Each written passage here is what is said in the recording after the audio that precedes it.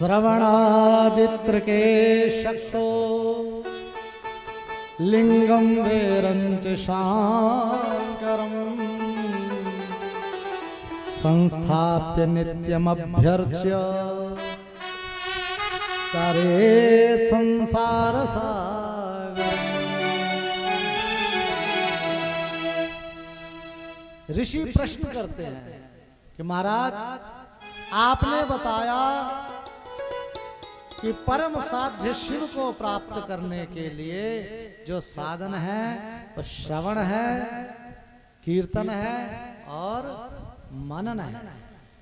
लेकिन जो अशक्त है, अशक्त मैंने असमर्थ है, जो जिसके अंदर सामर्थ्य नहीं है श्रवण करने की। अब किसके अंदर सामर्थ्य नहीं है श्रवण करने की? जो बहरे हैं। अब वो चाह करके भी भगवान का नाम सुन नहीं सकते। कीर्तन करने का सामर्थ्य किसके अंदर नहीं? जो गूंगे हैं।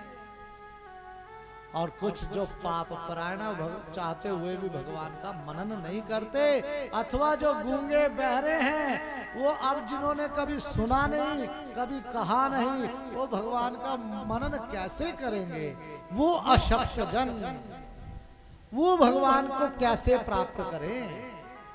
जिनके अंदर सामर्थ्य है श्रवण की, कीर्तन की, मनन की, वो तो श्रवण कीर्तन और मनन के माध्यम से भगवान को प्राप्त करेंगे।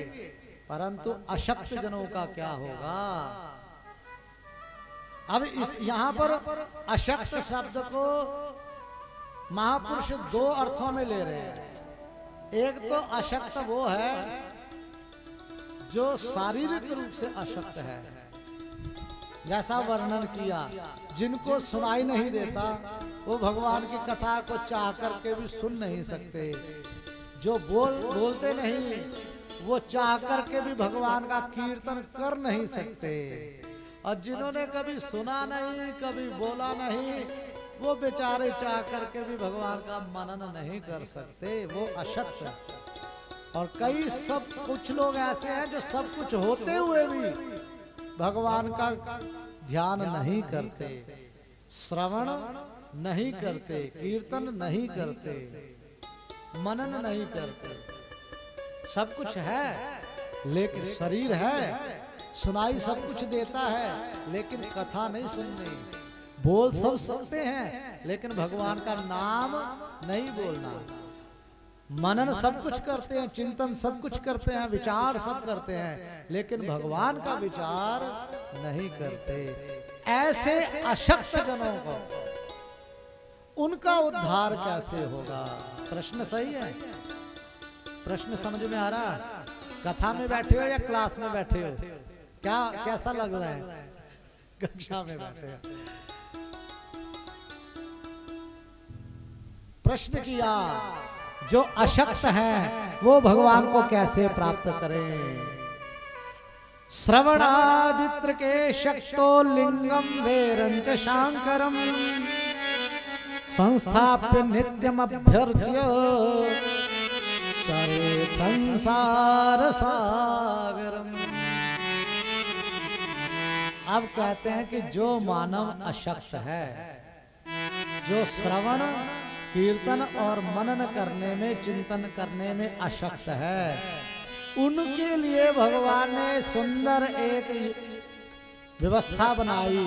वो भगवान के स्वरूप की पूजा करे। लिंगम वेरंच शांकरम, भगवान शंकर के लिंग की पूजा करे, शिवलिंग की पूजा करे, अथवा वेरम मूर्ति की पूजा करे। कई लोग ऐसे होते हैं वो पूजा तो करते हैं, लेकिन वो उनको कहो कि भगवान की कथा सुन लो तो कथा सुनने में उनकी रुचि नहीं होती। पूजा पूरी करेंगे लेकिन कथा की रुचि नहीं है। कईयों को बोलो कि भगवान का कुछ जप करो, तप करो, पाठ करो, वो नहीं करेंगे, परंतु हाँ पूजा कर लेंगे। पूजा नित्य कर्म की तरह करते हैं। वो भी अशक्त हैं। कहा यदि आप भगवान का श्रवण कीर्तन मनन नहीं कर सकते तो शिवलिंग की पूजा करो। शिवलिंग की पूजा करने से बिना जप किए बिना तप किए भी केवल शिवलिंग की पूजा के प्रभाव से आपको शिव पद की प्राप्ति हो जाएगी। और भगवान शंकर को ही पूजा करने के दो स्वरूप हैं। कौन कौन सा? लिंगम वेरम च शांकरम।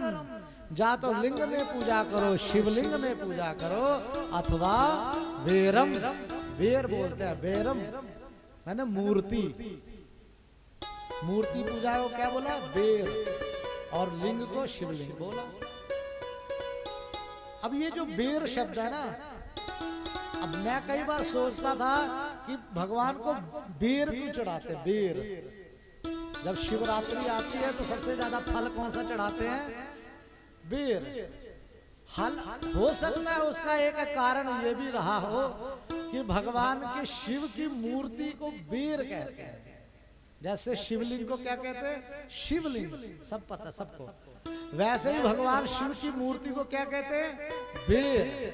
तो लिंगम बेरम च शांकरम, तो बेर है वो, इसलिए बेर चढ़ाते हो। क्या पता। हालांकि आयुर्वेद में इसका एक तर्क मिला कि भगवान शंकर को जब शिव पूजा का आगे विधान आएगा, शायद उसमें ये भाव निकल आए कि भगवान शंकर को हम बेर क्यों चढ़ाते? अन्य देवताओं को आप कभी बेर का भोग नहीं लगाते होंगे। अन्य देवताओं को बेर का भोग बहुत कम लगता है तो हम अपने भाव से लगा देते हैं कि आजकल बेर आए हैं तो ऋतु फल है, लगा दो। लेकिन वस्तुतः अन्य देवी देवताओं को बेर के भोग का वर्णन नहीं है। शंकर भगवान को बेर का फल चढ़ता है। उसका एक कारण ये मिला आयुर्वेद में कि धात्री फलम सदा पथ्यम कुपथ्यम बदरी फलम। एक सूक्ति आती है, आपको सुनाया था? और इसलिए खुश हो रहे। उनके यहाँ महामृत्युंजय का पाठ हुआ था तो ये प्रसंग उठा कि भगवान शंकर को बेर क्यों चढ़ाते हैं, जबकि आयुर्वेद कह रहा है कि धात्री फलम सदा पथ्यम कुपथ्यम बदरी फलम। जो धात्री फल है, धात्री फल मैंने आंवला, आंवले का जो फल है वो सदा पथ्य होता है। पथ्य मैंने पचने वाला, सुपाच्य, सुपथ्य है। वो कभी भी आप खाओ, किसी भी मौसम में खाओ, आपका भला ही करेगा, बुरा। उसको आंवला बना लो, आंवले का जो फल है उसको मुरब्बा बना लो, उसका अचार बना लो, उसकी कैंडी टॉफी बना लो, उसको कच्चा खा लो, उसको उबाल के खा लो। किसी भी तरीके से आप आंवला खाओ, आपका लाभ ही होगा, हानि नहीं होगी। धात्री फलम सदा पथ्यम। और दूसरा बताया बेर। बेर को संस्कृत में बदरी फल कहते हैं। कुपथ्यम बदरी फलम। और बदरी का फल, बेर का फल कुपथ्य होता है। कुपथ्य, कुपाच्य होता है, सुपाच्य नहीं है, कुपाच्य है। ये पचता नहीं है जल्दी। आप खाओ, 2 बेर खाओ ना, खांसी हो जाएगी, गला सूख जाएगा। बेर खाने से क्या होता है? गला सूखता है, खांसी होती है। खा के अनुभव करना कभी। आजकल के बेर भी इतने इतने मोटे आते हैं, पहले तो छोटे ही होते हैं। अच्छा, अन्य जितने भी फल है उनमें सब में बताया जाता है इसमें ये विटामिन, उसमें वो विटामिन। सेब खाओगे, जो प्रतिदिन 1 सेब खाएगा उसको कभी डॉक्टर का मुख नहीं देखना पड़ता। तो सेब खाने से कितनी दिल की बीमारियां सब दूर रहती हैं, सब सुपाच्य है। जितने आप फौजी देखोगे वो हमेशा स्टेशनों पे केले खाते ही मिलेंगे आपको। केला खाना, प्रोटीन मिलता है। सब फलों में अलग अलग विटामिन, प्रोटीन सब बताया गया, लेकिन बदरी फल में, बेर के फल में कुछ नहीं बताया। तो इसलिए तो कुपथ्य है वो। अब चाहे अपना व्यापार बढ़ाने के लिए व्हाट्सएप में एक बना करके मैसेज डाल दो कि बेर खाने से ये होगा, तो अब ये बदरी फल है कुपथ्य।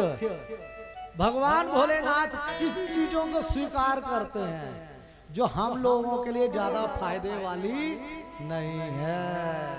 भांग।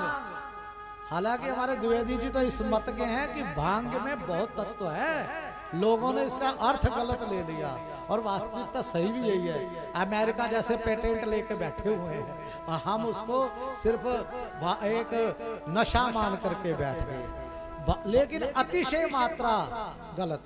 भांग, धतूरा, आक, ये सब कुछ जो मनुष्य के लिए हितकर नहीं है अधिक मात्रा में, वो भगवान भोलेनाथ कहते हैं मुझे अर्पण कर दो। और फलों में भी भगवान ने किस फल को मांग लिया? बेर को। वो कुपथ्य है, मनुष्य को ज्यादा खाने की जरूरत नहीं है, इसलिए भगवान भोलेनाथ कहते हम तो जहर पीने वाले हैं, हमें चढ़ा दो, हम स्वीकार कर लेंगे। बोले शंकर भगवान की जय। बेर शब्द से ऐसा निकला कि शायद बेर इसलिए भी चढ़ाते हो, बाकी तो प्रभु जानते हैं। यहाँ सूत जी कहते हैं जो अशक्त हैं वो लिंग की पूजा करें अथवा बेर की पूजा करें। लिंग पूजा, शिवलिंग की पूजा का बड़ा विधान बताया कि शिवलिंग की पूजा कैसे करनी चाहिए, किनको करनी चाहिए, किस विधि से करनी चाहिए। कहा ये शिवलिंग अलग और बेर अलग कैसे हुआ? कहा भगवान शंकर बेर पूजन से, मूर्ति पूजन से भी प्रसन्न होते हैं और शिवलिंग की पूजा से भी प्रसन्न होते हैं, लेकिन भगवान भोलेनाथ कहते हैं उतना मैं प्रसन्न मूर्ति पूजा से नहीं होता जितना प्रसन्न शिवलिंग की पूजा से होता हूं। इसलिए आप देखें, आपको कोई भी शिवालय मिले तो उसमें शिवलिंग अवश्य होगा, शिवालय में शिवलिंग अवश्य होगा। मूर्ति भी हो सकती है, मूर्ति हो अथवा ना हो आवश्यक नहीं, लेकिन शिवलिंग अवश्य होगा। जहां मूर्ति होगी वहां साथ में नीचे शिवलिंग भी रखा होगा। जहां शिवलिंग होगा वहां मूर्ति हो ना हो आवश्यक नहीं। क्यों? क्योंकि भगवान भोलेनाथ कहते हैं ये शिवलिंग की पूजा करना ये निष्कल पूजा है और मूर्ति की पूजा सकल पूजा है। दोनों पूजा का विधान बताया, सकल पूजा और निष्कल पूजा। हमारे दो ही देवता ऐसे हैं, 33 कोटि देवी देवताओं में केवल 2 ही ऐसे देवता हैं जिनकी पूजा सकल रूप में भी होती है और निष्कल रूप में भी होती है। आप इसको सगुण रूप भी कह सकते हो और निर्गुण रूप भी कह, सकल सगुण और निष्कल निर्गुण। कौन कौन से हैं वो 2 देवता? एक भगवान भोलेनाथ। भगवान भोलेनाथ की मूर्ति के अंदर जो पूजा है वो सगुण पूजा है, वो सकल पूजा है, और जो शिवलिंग की पूजा की जाती है वो निर्गुण पूजा है, वह निष्कल पूजा है। दोनों पद्धतियां। और ऐसे दूसरे कौन से देवता हैं जिनकी सकल पूजा और निष्कल पूजा दोनों होती है? वो है भगवान नारायण, भगवान विष्णु। ये पीछे थोड़ी रहने वाले हैं। कल पंडित जी बता रहे थे ना कि हरिहर एक हैं दोनों, न ये कम है।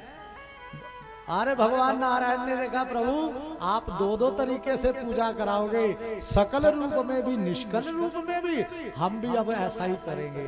तो भगवान नारायण ने भी अपने 2 स्वरूप प्रकट कर दिए। हम भगवान की जितनी भी पूजा करते हैं, चाहे लड्डू गोपाल के रूप में करें, चाहे राधा कृष्ण के रूप में करें, चाहे नारायण के रूप में पूजा करें, जो विग्रह पूजा है, विग्रह अर्चा है, वो सगुण उपासना है, सकल आराधना है। और निर्गुण आराधना कौन सी है? शालिग्राम की पूजा। वो शालिग्राम भगवान का निर्गुण रूप है, निष्कल रूप है।